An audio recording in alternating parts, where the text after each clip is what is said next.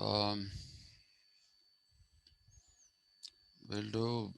we've been doing Niccolo Machiavelli. Um, Niccolo Machiavelli, I told you yesterday, he was able to succeed where the partisans of the imperium failed. The agenda of the partisans of the imperium was basically to separate the sacerdotium and the imperium. And I keep repeating this again and again. Please don't use the word church, but while writing state, I'm sorry, while writing your answers for this examination, by all means write only state. If you write sacerdotium imperium, then these people don't understand those. So you might get penalized for writing the right thing. So what you can do is keep this in the back of your mind that church state controversy is not an appropriate usage because there aren't uh, the words that convey uh, sacerdotium and imperium. People may have translated it into English that way, but when we were doing the hermeneutics, when we were discussing how interpretations have to be carried out, I made it very clear to you that these are like translations, and these translations are those which, what do we say? These are translations of the idiom. You have to translate the idiom, so people probably found it difficult to find an equivalent uh, of the original word or the original idiom in the English language, the equivalent of that. So they've gone ahead and translated those as church, state, and all that. But please, 1 second, please.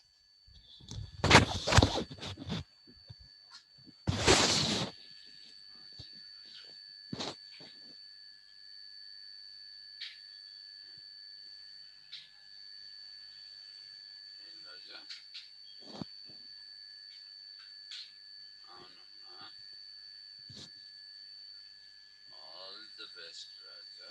All the best. మంచిగా విను. సరేనా? Good girl. Good girl. Good girl.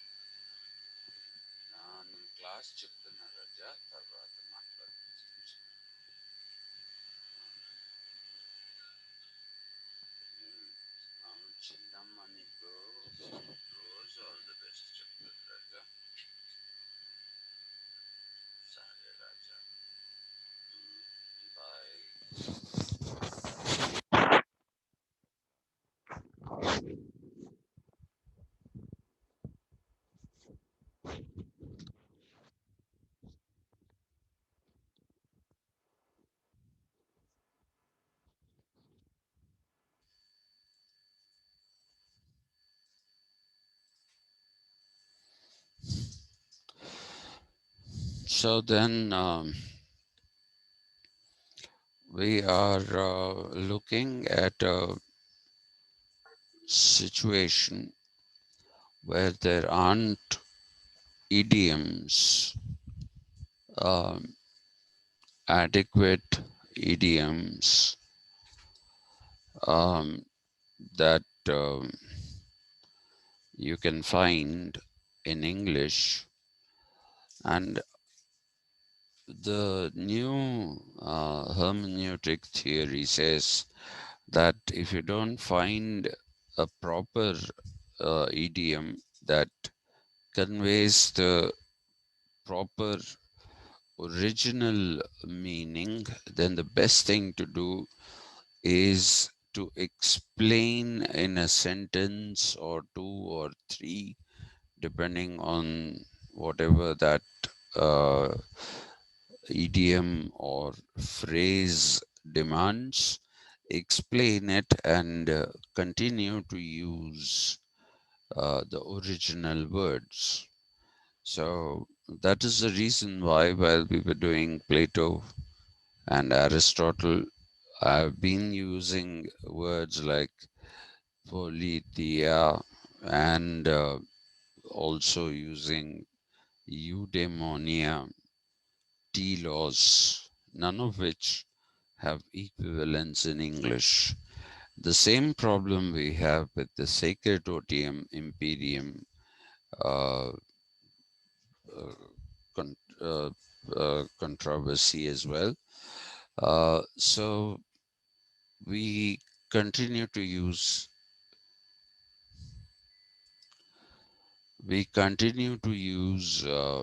these particular expressions.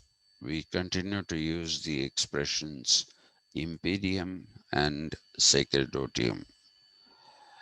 Now, if you look at Machiavelli, I was saying that Machiavelli succeeded where the partisans of the imperium failed. The agenda of the partisans of the state, or sorry, imperium, while you write, and if it comes up in the exam, please write it as partisans of the state. But these are people who have, what should I say? These are people um, who failed in their goal of uh, the separating the imperium from the sacerdotium.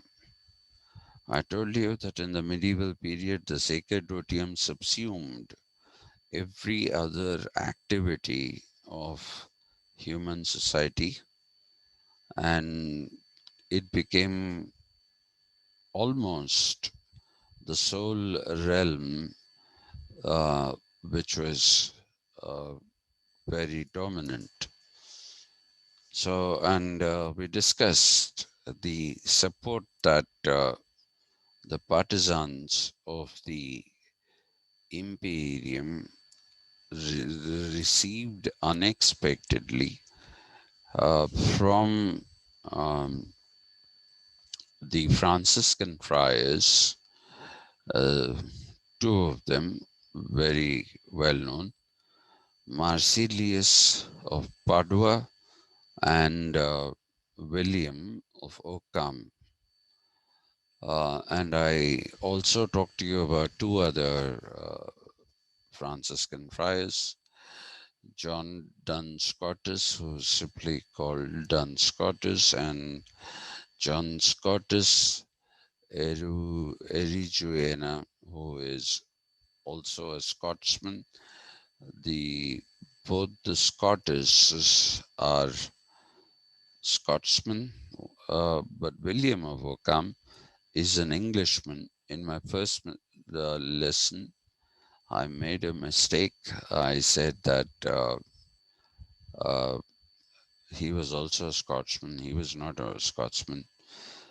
Like I told you yesterday, he was born in Surrey, Surrey, Surrey in England. So he was an English Franciscan friar.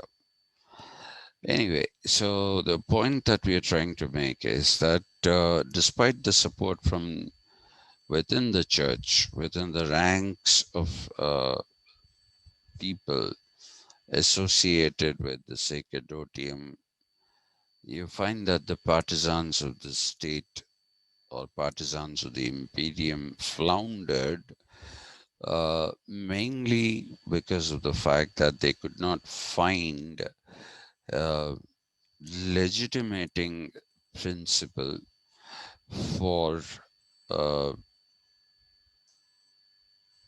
kings or princes, okay, or to upgrade princes into kings and emperors. They found a problem of legitimation.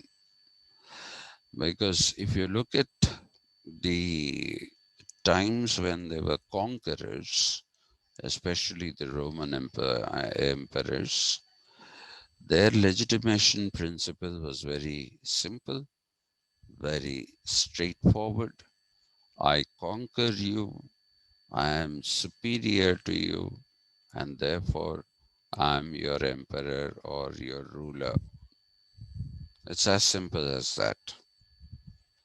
In modern states, we have various ways of legitimation. If you take a democracy, a modern democracy, for example, then we are looking at a situation where people vote for a leader, and those who are elected are legitimately occupying seats of power. Now, if you look at uh, what the partisans of the imperium had done, was they could not generate a new principle to support their argument that the imperium deserved to exist on its own terms without being subsumed by the sacerdotium. That is because they continue to invoke the divine right uh, principle, and the divine right principle, when it was applied to uh, the imperium, immediately the sacerdotium retaliated by saying, but if you're talking about divine right is that which is applicable to us who are the church, uh, and the Pope, who is the direct representative of God on earth. And therefore, we are the institution that is in uh, command of the situation. Machiavelli, I told you, did several things. He tried to create an army of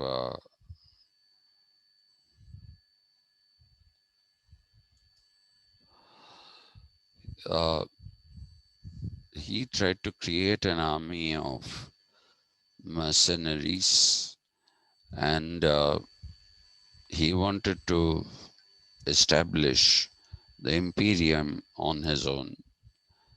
But mercenaries, being mercenaries, mercenaries are those who fight for money. They fight for whoever gives them more money. And more money was given to them by, um, it was given to them by uh, the other party. So what happened is that Machiavelli failed. He also tried to draw the Medici family.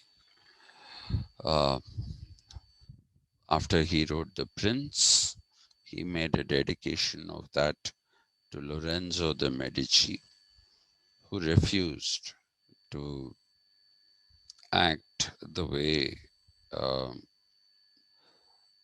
uh, uh, Machiavelli wanted him to.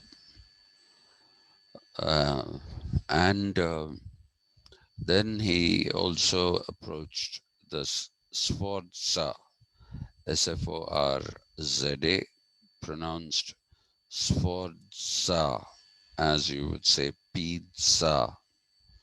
So the Sforza also refused, but that didn't deter Machiavelli. So he went on with his agenda of trying to find some way of separating. Now, what you have to remember here is that Machiavelli's masterstroke was the revival.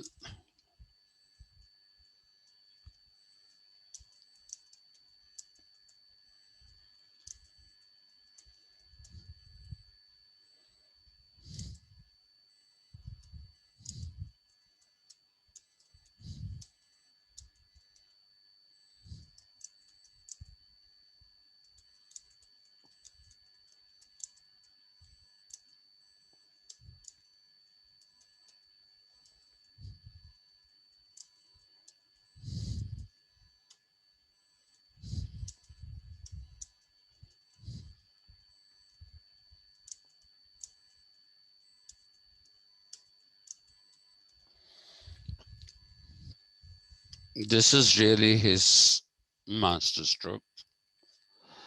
Um, he revived the word politics, which I told you had disappeared after the eclipsing of ancient Greece. It completely disappeared. Sir, It disappeared because of the fact that the sir, doubt, sir. oh, you were please. Sir, it should follow has no. Hmm. It did not has in the sentence. It did not have or it did not has. It did not have, not has. It is, Okay, sir. it is past. Yes, sir. See, the problem with the English language is that the tenses can get confusing. Okay, we sometimes use the future tense in the past. All right. Uh, I would have actually done it this way, but I didn't. Okay, so we project the future tense and retroject the future into the past, and it did not have. Now, if you are saying that it is singular and have is used with plural, if that is your objection, Yes, sir. uh, no, you can say he asked me for 500 rupees and I couldn't give it to him because I did not have that amount with me. So it is also a matter of tense. Okay, you can't say I did not has because it doesn't work like that. I did not have, not has. Okay, sir. Has you do it more into a future tense kind of a thing. But like I said, the syntax of English is not very sound. It's not like our languages where the rules are very clearly laid down. We read as we write, which is not what we do in English. And we have our tenses very, very clearly uh, separated, which is again something uh, you don't find in the English language. You say things like, I wouldn't do that. Okay. That kind of a usage you don't have in Indian languages. I wouldn't do that. You'll say, uh, I will not do that. You don't say, I would not do that. So the syntax is a bit messed up in the English language. So it did not have, okay, it does not has. All right. Okay, sir. Yeah. Okay. So he revived the word politics, and I should say claimed. This is where the problem is for you. And claimed that it did not have an ethical component attached to it. Whereas in Aristotle, in Plato, the ethical component is the strongest component of all. And Politeia, which is the original title of the Republic of the Plato, of not the Plato, I'm sorry, of Plato, and politics of Aristotle, both of them are rooted in ethics and the promotion of an ethically good life. Uh, Now, this I told you when I was doing St. Augustine and St. Thomas Aquinas. St. Augustine is a Neoplatonist, and St. Thomas Aquinas is a Neo Aristotelian thinker. And they found the ethical component in the thought of Plato and Aristotle, respectively, to be convenient to build a theory of divine intervention in everyday life, the necessity uh, for the church to involve itself in matters which were temporal. That is because of the fact that these people had a very strong ethical component to it. And like I said, the word Sir, temporal means what is temporal meant by temporal? temporal is bound by time, Okay. no, opposite of eternal. Eternal is timeless. Temporal is that which is bound by time, which means that it is not everlasting. Uh, the word temporary comes from temporal. Okay, temporary is that you say this is just a temporary thing. What it means is that it is not going to last forever. It'll be gone. Depends on what the thing is and what the situation is. It might be gone in a day, it might be gone in a year. But when you say something is temporary, you're saying that it is something that's not going to exist forever. Eternal is forever. Temporal is also called ephemeral. EPH.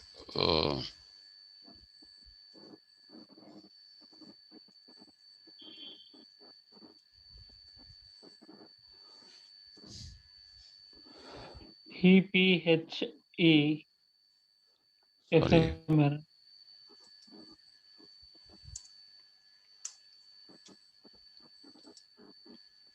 no.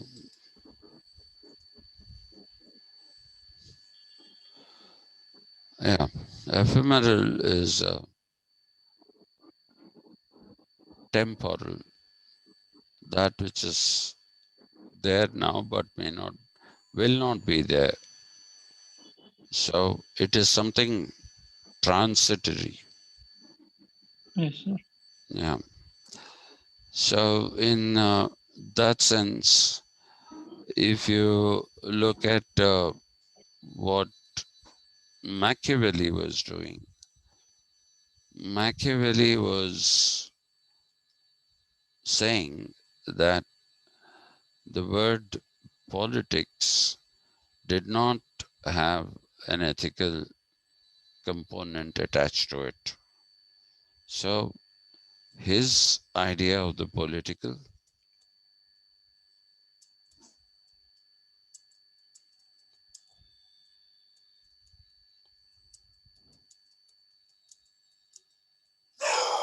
no, no, no,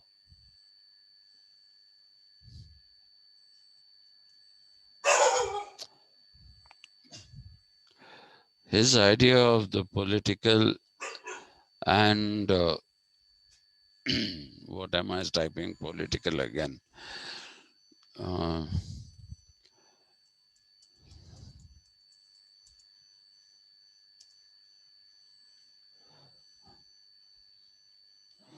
what was I going to say here? The stupid dog distracted me.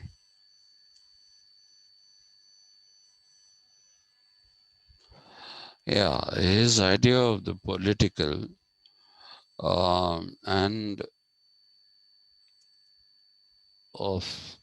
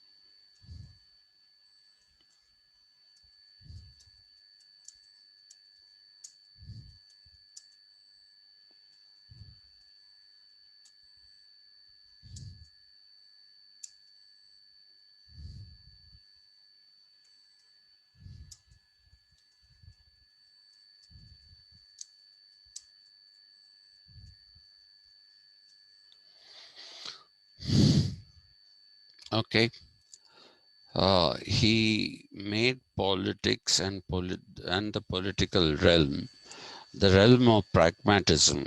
I told you here there are several meanings of pragmatic. The original meaning of pragmatic, which is now an archaic meaning, is that which tells you pragmatic is dogmatic. And a dogma is a rule you will stick to irrationally. Okay, you will not really be bothered if that is right or wrong, but you will stick to that irrationally, even if you can demonstrate rationally that the idea that you're espousing is something which is wrong. So that's a dogma. So being dogmatic, and incidentally, the church was dogmatic. Okay, the most of the rules of the church are dogmas. In fact, it would be incorrect to say that it's only the church and Christianity that are dogmatic. Most religions have dogmas. They are full of dogmas. Most, when they become religions, they are full of dogmas, and you, the adherence to those ideas, which are dogmas, makes you dogmatic. One idea of dogmatism that you find in the church and in most religions is creationism. God created the world. It is most very, very clearly articulated in the New Testament. Uh, but you will find that this is a dogma because there is no proof that God created the world. There is no proof. I mean, just juxtapose this with what the Jains say in India. The Jains in India believe that the world, the universe, is eternal. It has no end. It has no end because it has no beginning. So, by making this particular statement that there is no end because there is no beginning, and the universe was always there, it is still there, it will continue to be there. So, there is no dogma here. There is no principle that you have to defend. They say it's always there. That's all. It has always been there. It is still there and it will continue to be there. There's no creationism there. Same with Buddhism. Same with Sanatana Dharma. But when you look at creationism, it comes from the Abrahamic religions. Okay, it comes from the Abrahamic religions. They talk about God creating the world, uh, but of late, ever since Hinduism in the 19th century started taking on religious overtones and stopped being a, what should I say? It stopped being a cosmology gradually and went on to become a religion. You find creationism creeping in to Hinduism as well. So much so that today people say that the Vedas, um, the Upanishads, people say, not everyone, some of them, they say that this is revealed knowledge, divinely revealed knowledge. Now, which is complete bunkum. It's complete bunkum because there's nothing divine in the Vedas. They are social commentaries, obviously created over a period of time by different people. But there are those who say that this is revealed knowledge. It's not revealed knowledge. To tell you about geography, you don't need somebody to reveal it to you. So, therefore, pragmatism originally was dogmatism, but later on it became being practical, and now it is being just opportunistic and not just in Machiavelli's time. Pragmatism was amoral, but today the kind of pragmatism that we find in politics is not amoral, it is completely immoral. It's immoral today. So that is how pragmatism journeyed. It's opportunism, it is creating mayhem and all those kind of things which are immoral. So while we are talking about Machiavelli and we talk about pragmatism,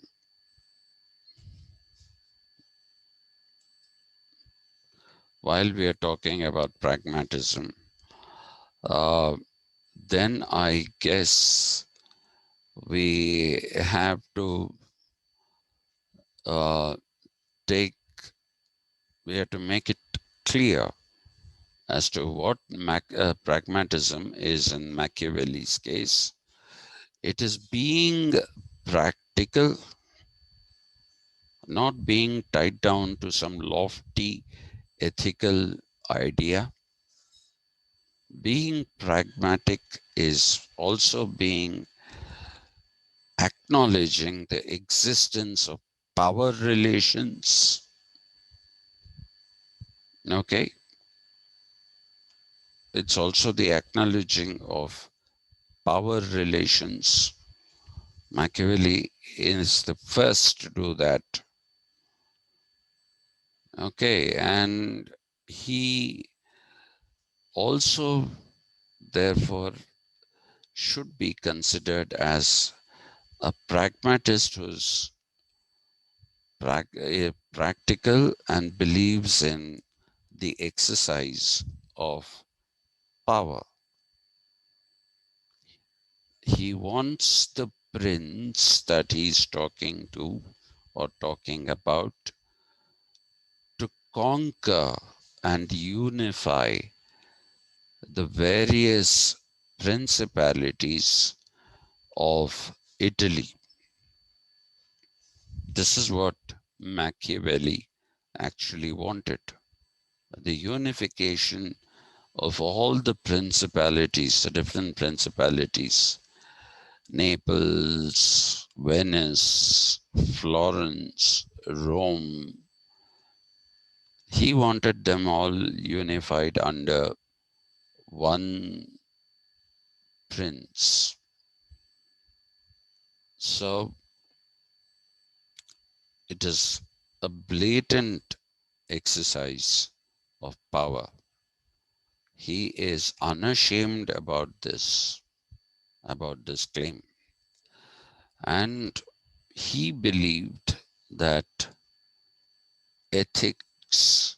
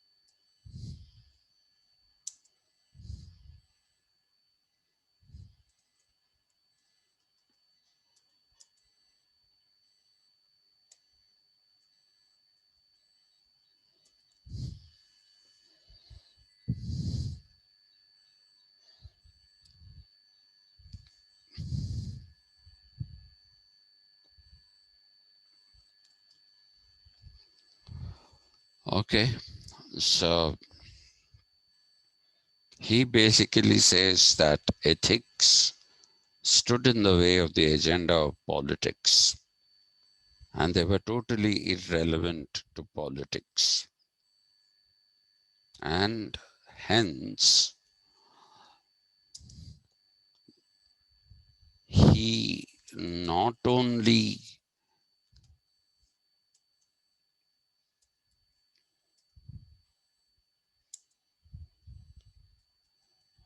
revived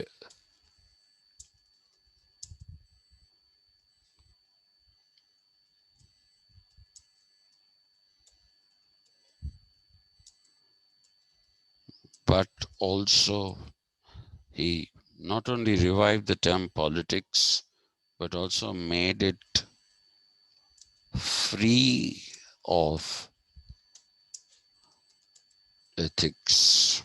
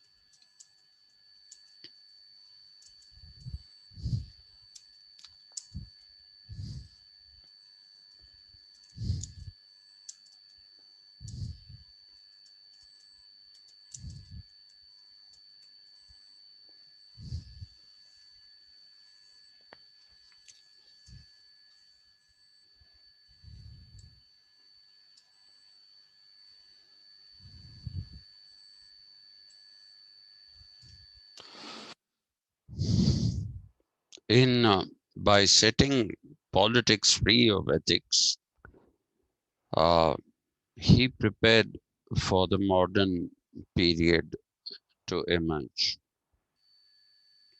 He prepared the conditions or prepared the way for the modern period to emerge.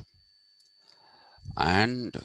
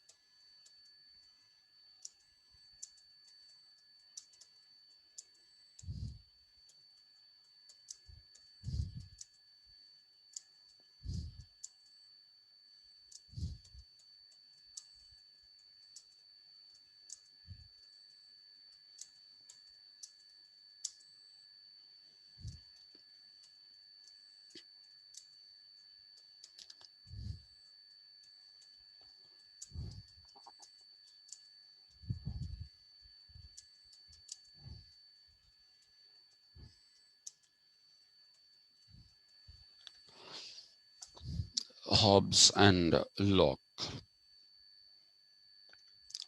okay, and politics as a term became a staple thing. It was not ephemeral. The term became something that existed in our lives even till today. But politics, as we know them, had very little to do with politics as the Greeks knew them. Okay, so please remember that. Now, the separation of ethics from politics.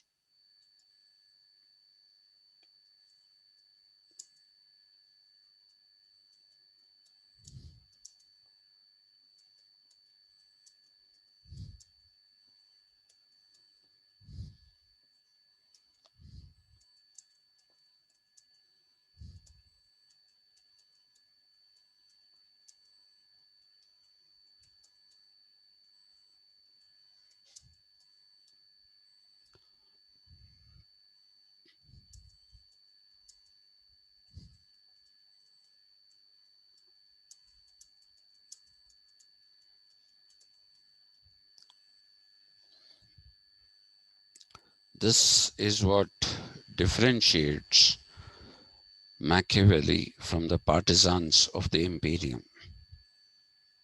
How did he achieve this? He had an elaborate scheme that was based in humanism.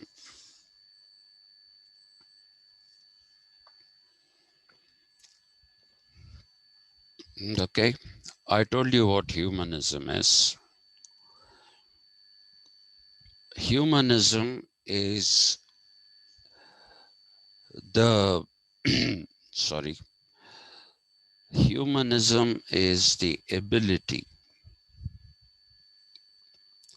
or rather the faith in the ability of the human being to achieve what he wants to achieve.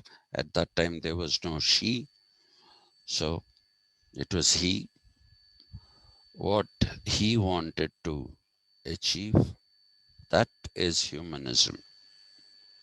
But let us understand Machiavelli's conception of human nature.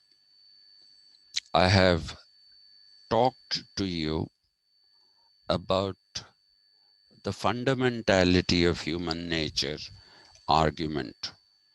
I told you that this is something that a lot of people confuse with psychology and say this is psychology. It is not psychology. That argument is just fundamentality of human nature. What is the meaning of fundamentality of human nature? The meaning of fundamentality of human nature is that human nature is at all times and at all places, it is exactly the same. It is exactly the same. Okay. So, how did he describe man? How did he describe human nature? He said,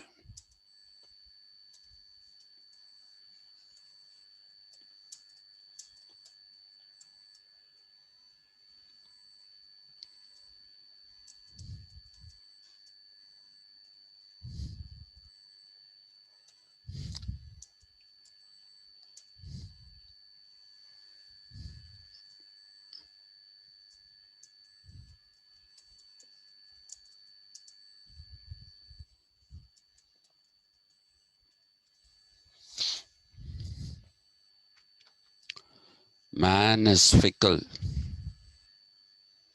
untrustworthy, and difficult to control. Now, Akshay might want to know how is this humanism? Hmm? How is this humanism? If you believe that man has the potential to achieve anything and everything, then the qualities that he should have are those which are positive. These are not the qualities which are positive. Fickle, that means he can't stick to one stand. Untrustworthy, I don't have to explain that. You can't trust. And difficult to control. So, a humanist, why is he saying these things? Why is he saying these things? This is a part of Machiavelli's larger agenda.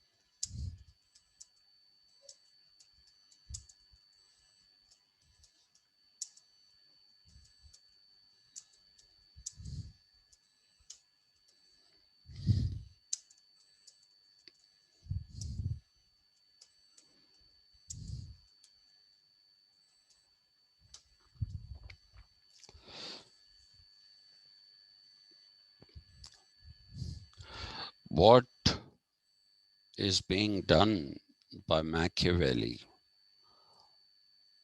is that first he's portraying the human being as all these things.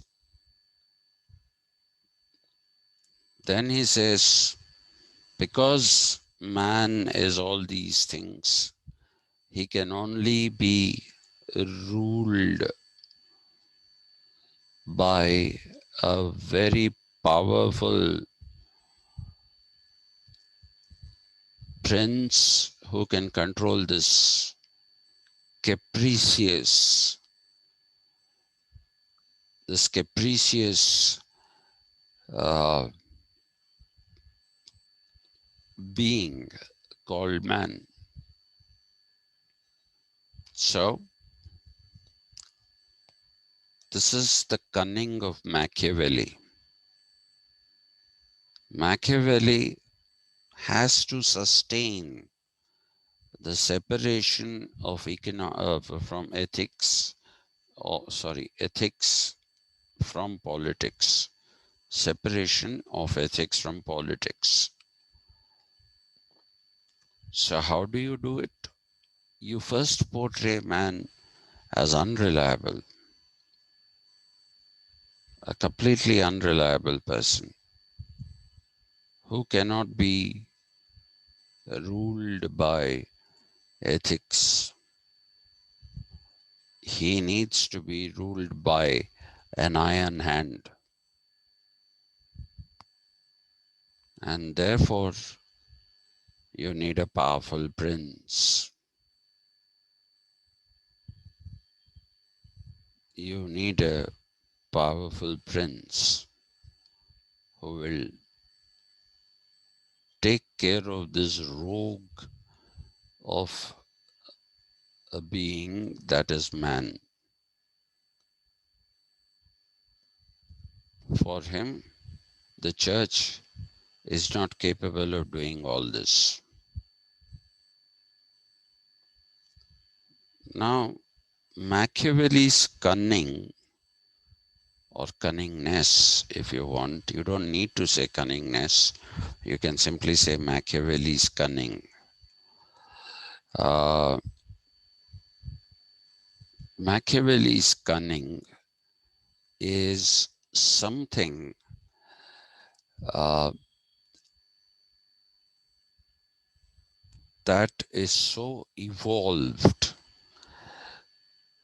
that he says that, I mean, he doesn't talk anymore after having separated ethics from politics. He only talks about politics. He only talks about politics. He doesn't talk anymore about ethics. He doesn't talk anymore about the sacerdotium. He doesn't talk about God. Okay.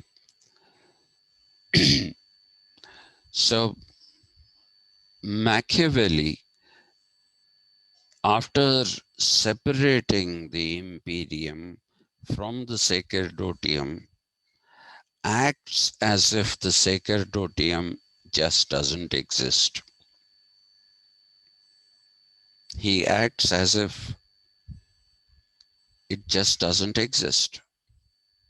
There are no references to it. He doesn't talk about what the sacerdotium should do, shouldn't do. He's not bothered by those things. He's not at all going to talk about the sacerdotium. All he talks about is the imperium. And in order to establish his humanism, he also changes the meanings of words that were used by the church. The church changed the meanings of words used by the Greeks and by the Romans and imbued them with new meanings. Like, for example, virtue as being ethical or moral. Even now, till Machiavelli, it is still the same, ethics and morals. Okay. Uh, so, what did the church do?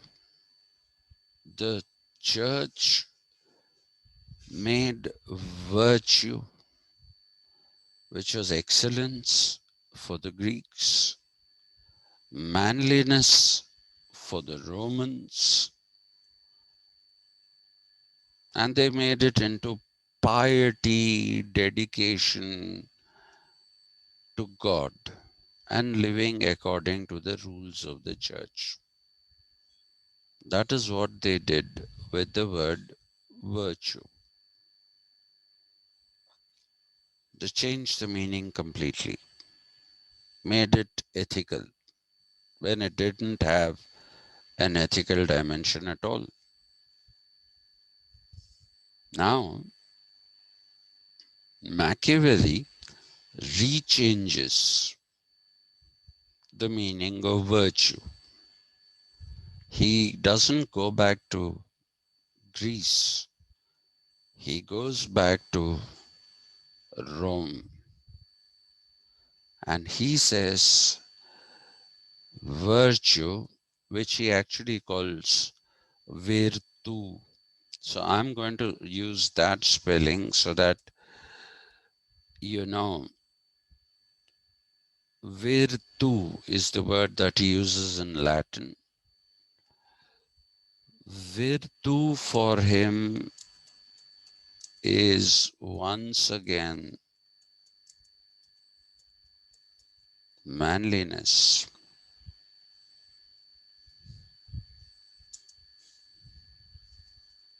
strength, courage, forcefulness,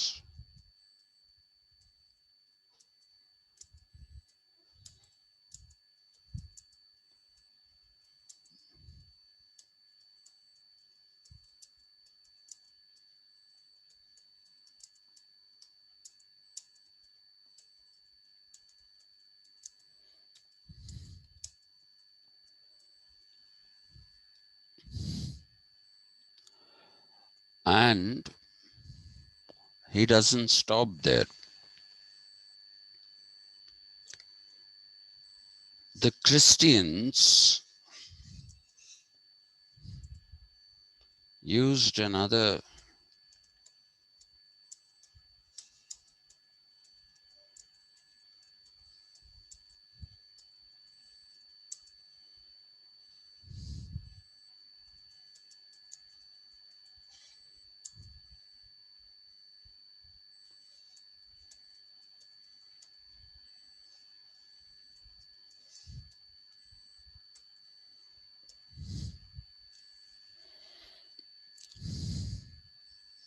providence and fortune. We still use these, especially the second word. We still use it. You say, it was my good fortune that I had great teachers. I keep saying this. I keep saying this, that it was my good fortune that I had great teachers. So, if I'm saying that, what exactly am I saying? What exactly am I saying? I'm saying that there is some bigger force that saw or that made it possible for me to have very good teachers, a fortune that not too many people have. So when you say I'm fortunate, it is not your achievement, it is the intervention of fate, F-A-T-E, fate. It is the intervention of fate which has given you this good fortune. The Christians also use the term providence.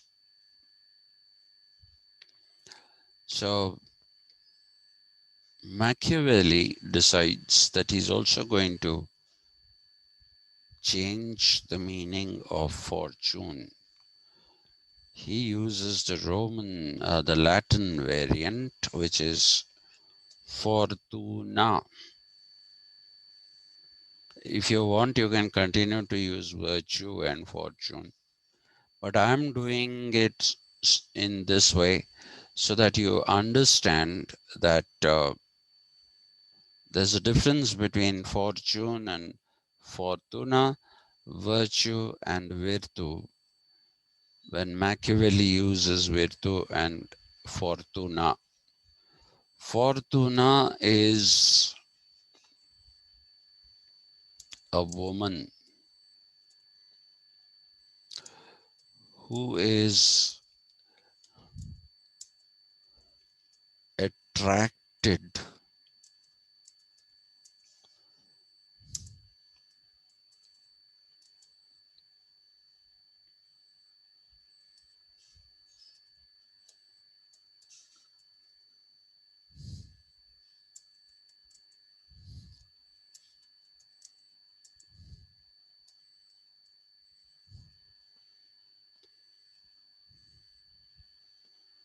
So Machiavelli said, cultivate virtu, fortuna will come to you. We have a saying in English today which can be directly attributed to Machiavelli. What is the saying? Fortune favors the brave. I'm sure you've all heard of this. Fortune favors the brave. That all comes from this. Fortuna is a woman who will fall for those men who have virtu. So Fortuna is no longer providence. It's not some divine interference. Nothing. You make your own fortune.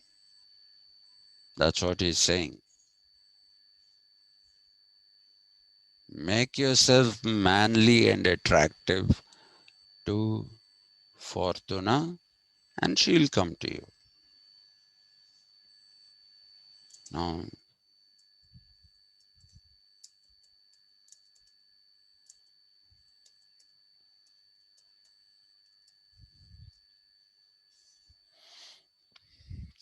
so that man is fickle, untrustworthy, difficult to control, all those things are decoys. They are decoys to basically make human beings believe, to make human beings believe in his idea.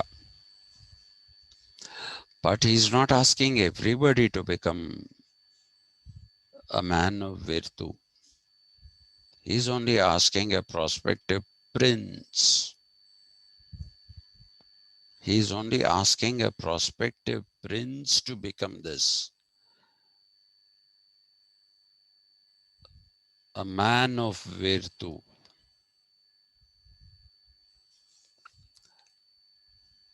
and attract fortuna. In the prince,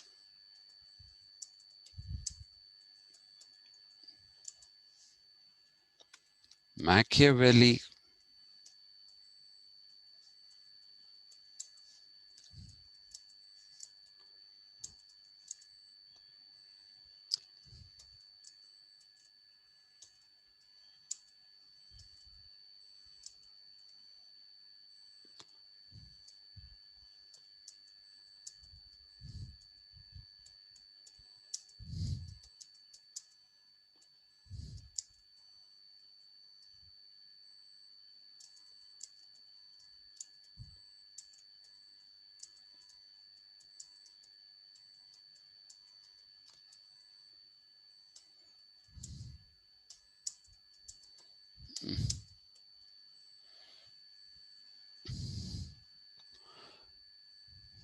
he asked people to put down a rebellion with an iron fist so that no one again thinks about it. No one once again thinks about it.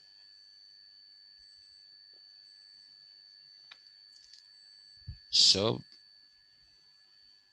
his humanism is not the celebration of the ability of all of mankind. It isn't. His humanism is the creation of this all powerful prince who rules with an iron fist, controls people, keeps them in line. All these things are the ones that Machiavelli is talking about. So,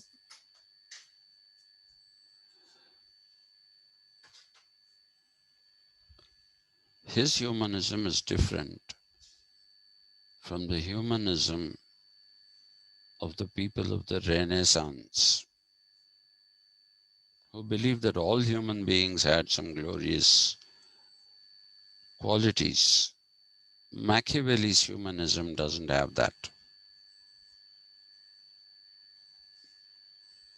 And because he ignores the sacerdotium, and because he said ends justify means,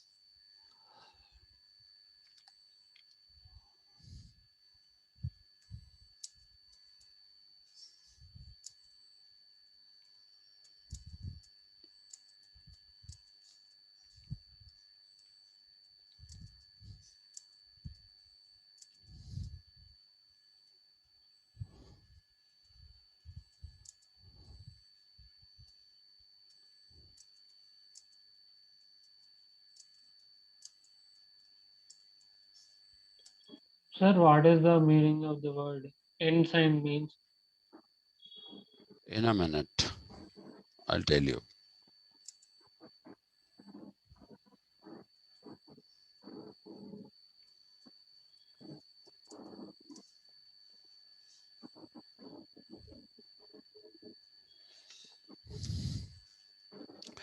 An end is a goal that you set for yourself, not a telos.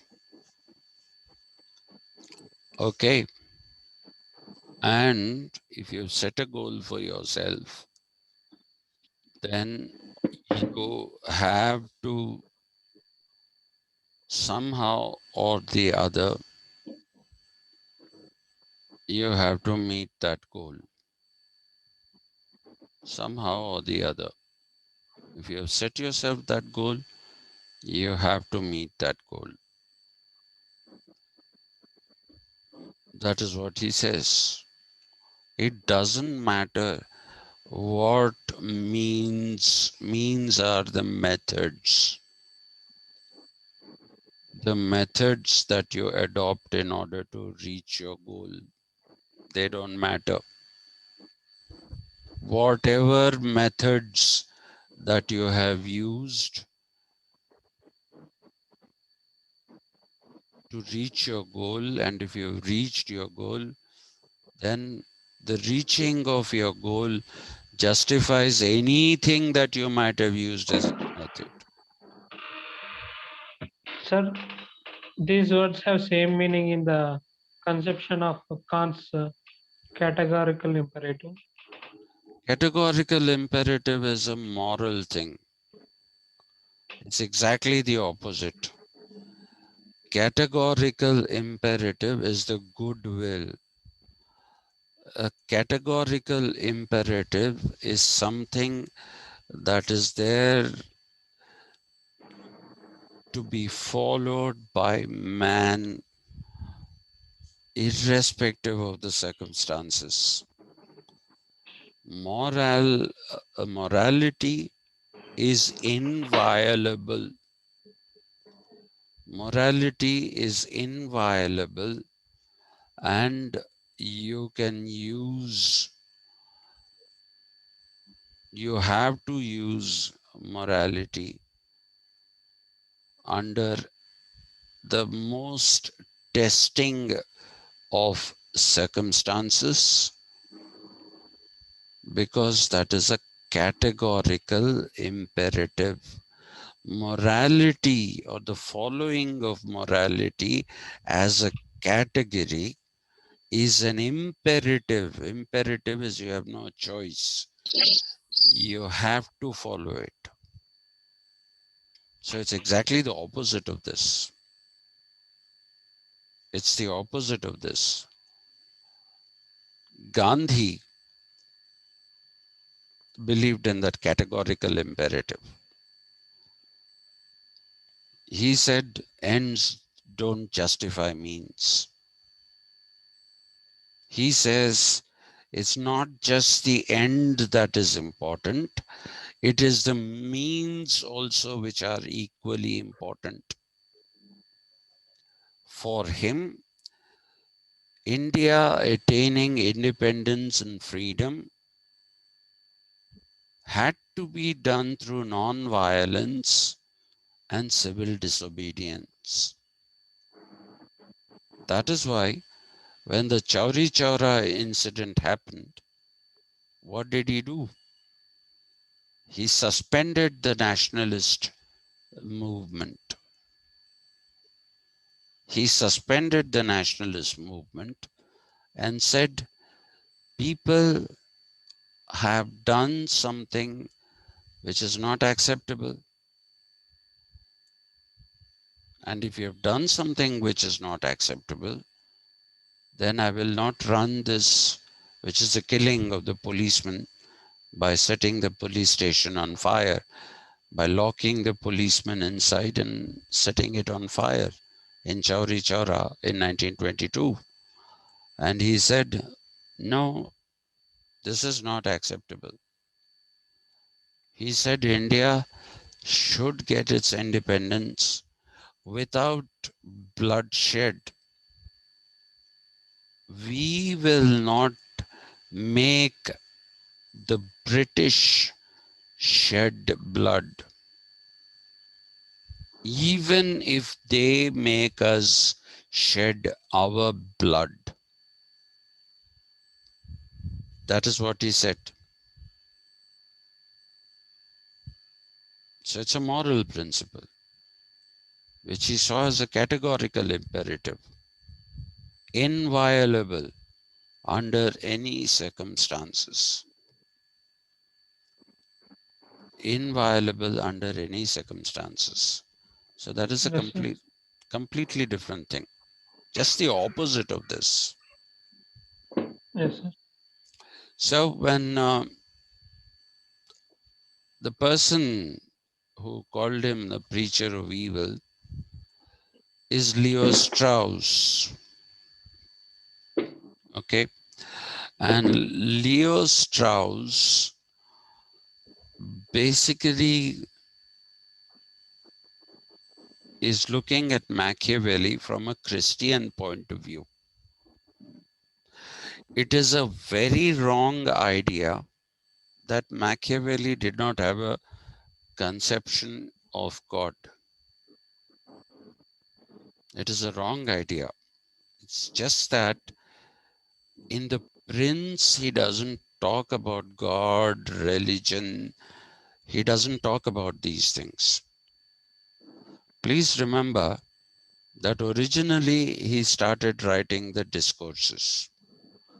That was the first book. He started writing it, but seeing that there were many people who were writing books with the title uh, The Prince, Guicciardini is also supposed to have done this. He gave up the writing of the discourses temporarily and wrote The Prince because he thought that the time was ripe for a book like that.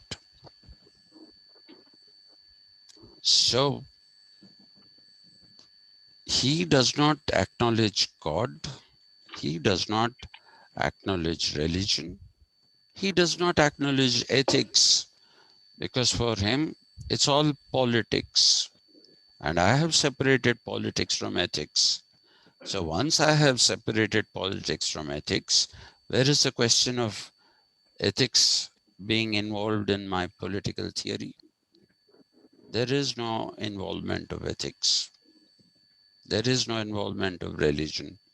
There is no involvement of God, except one sentence in the Prince.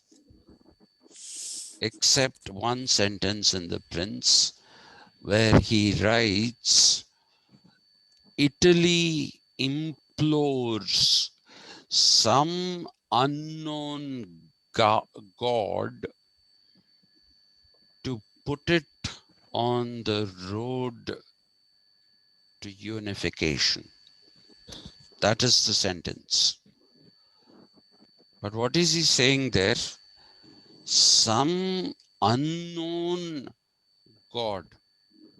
God with a small g. Christians never write God with a small g. They write God with a big G, capital G. Here, he is using the small g, unknown God, not the God of Christianity, some unknown God. That is the only one instance where he talks about God. And just that sentence, nothing more. There is no other reference again. There's no qualification of that sentence either. But after he finished writing The Prince and he tried to achieve some things through it, when it didn't happen, he was somebody who was crestfallen, completely crestfallen, and therefore he went back to writing the discourses.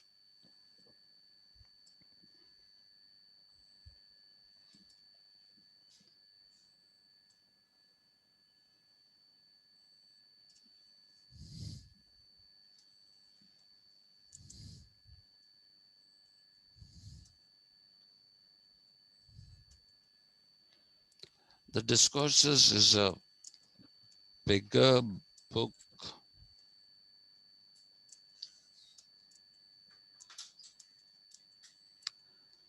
and has, what should I say, and has, and advocates, not sorry,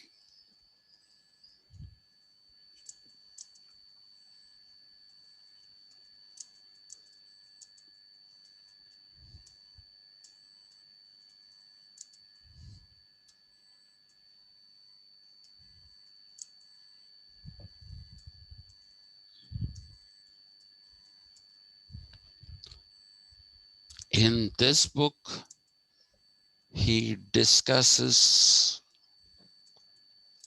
Christianity against the Roman religion and gives a preference.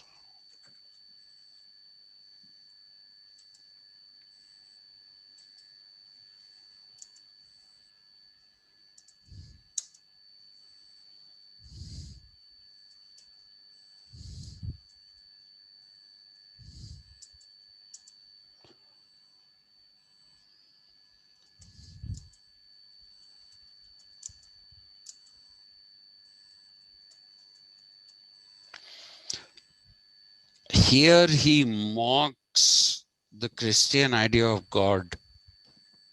God is compassionate. God is somebody who loves you. God will take care of you. He said, this is all nonsense. If God is so kind, compassionate, if He loves you, then why are you like this? Why are you living in misery, poverty, in the promise of an afterlife?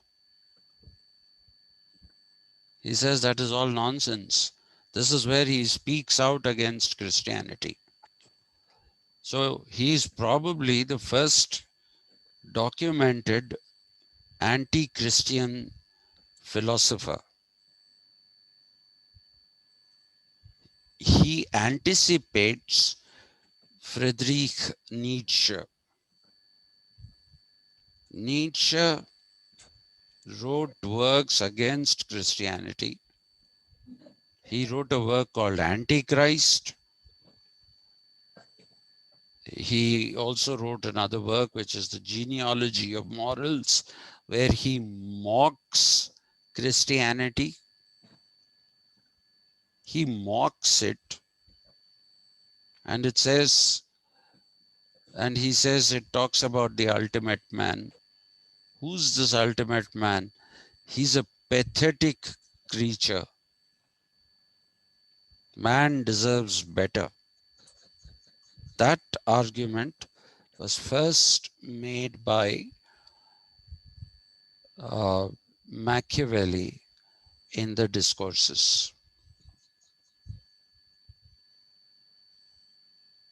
He made that argument. Sir, who is the pathetic man? Hmm? Who is that pathetic man? Is it discourse, the man in discourse, or Nietzsche's No, Ubermensch? Ubermensch is Superman. Ubermensch is Superman. Ultimate man is that what we are today, we cannot develop beyond this anymore. We have reached our full development. That man is pathetic, according to Nietzsche. Ubermensch is Superman. There is no character in discourses of Machiavelli like Superman. There is no Superman, but he believes that following of Roman religion will build people of bravery, because Roman gods are, they are likely to uh, they are likely to get angry. They don't tolerate the weak. The Roman gods, I don't know, you should go through them. They don't tolerate the weak. They don't tolerate the weak. They only, they demanded bravery. The Roman gods, especially Apollo, he demands bravery, he demands sacrifice, all those things. And therefore, he says that is a much better religion to follow, the ancient Roman religion. If you follow that, then you will be doing things which you don't do in this present situation. In this present situation, there are a lot of things that you're not doing because you're tied down by those stupid virtues, stupid piety, stupid idea of providence. Nothing. You make your own life. That is a theme that he doesn't give up even in the discourses. And in the discourses, he sings champions to the Roman Empire. He says, look what a glorious empire it was. How many people did it conquer? How many useless people did it subjugate? And once it adopted Christianity, what happened to it? It has become this weak, powerless entity called the Holy Roman Empire, and all the powers are with the church, and they preach virtue, but they are not virtuous themselves. So he said, let us listen, let us go back to the days of the Rome of the old. Let's go back to the days of the Rome of the old time. Let's have that triumvirate again. Let us build the Roman Empire, Italy, along the lines of how the Romans, the ancient Romans, built their empire. That is the way we have to move forward. He's talking about the republic here, but he's still saying the same things that he said in the Prince. He's still saying the same things that he said in the Prince. So that is why this whole preacher of evil thing, you must understand, comes from a Christian point of view. It's a Christian point of view because he was anti-Christianity. So Leo Strauss, great philosopher, but he was a Christian. So he calls him a preacher of evil. And when I met McClellan, David McClellan claimed that he was first a Christian and then later a political philosopher. So you see, these the people who in the academia continued to have their allegiance to religion, and they let that interfere. They let that interfere with the judgment of people like Machiavelli, Nietzsche, all of whom were against Christianity. Those who were against Christianity, they let their Christian beliefs interfere in judging them. They couldn't rise above their Christianity. Only Quentin Skinner did it. Quentin Skinner's Machiavelli is the least biased writing about Machiavelli, who he says is a great political theorist rather than a philosopher. And his greatness has been eclipsed by the repeated commentaries of people who wrote their commentaries from the point of view of Christianity. So when he writes the discourses, he's not changing the agenda. It's just that instead of a prince, he now wants it a republic that has a triumvirate. But if you don't want a triumvirate, if you want one Julius Caesar, I'm sure he would have been very happy. What he wanted was movement away from Christianity, which he thought was killing the human potential, not letting the human being develop, not letting the human being develop.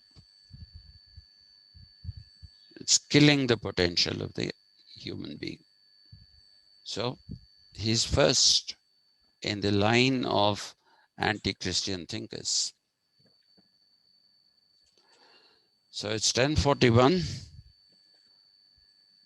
Madam Yasmin will be waiting for you. So thank you very much. I've changed the plans for this evening. I'm not going to be teaching you Simon de Beauvoir. Since we anyway went into the third unit, I thought we'll do multiculturalism. Yes, Let's, sir. yeah, we'll do multiculturalism today. Uh, let's see when we'll do Simon de Beauvoir. Uh, Sir, whom do you think more realist in Plato and between Aristotle and Machiavelli? Whom do you consider more realist? realist is not a word that I want to use. I prefer Aristotle because, but then Aristotelian times were different. He could say the things he did because of the historical conditions in which he lived favored that. But in the case of Machiavelli, the historical conditions were totally different. So why do you want me to choose? You're asking me to choose between what would you like to have, a tomato or an apple? Hmm? If it's a vegetable, I'd like a tomato. If it is a fruit, I'd like an apple. That's my answer to you. Okay, sir. Okay. Thank Thank you, you. sir. Thank you. Thank you, sir. Thank you.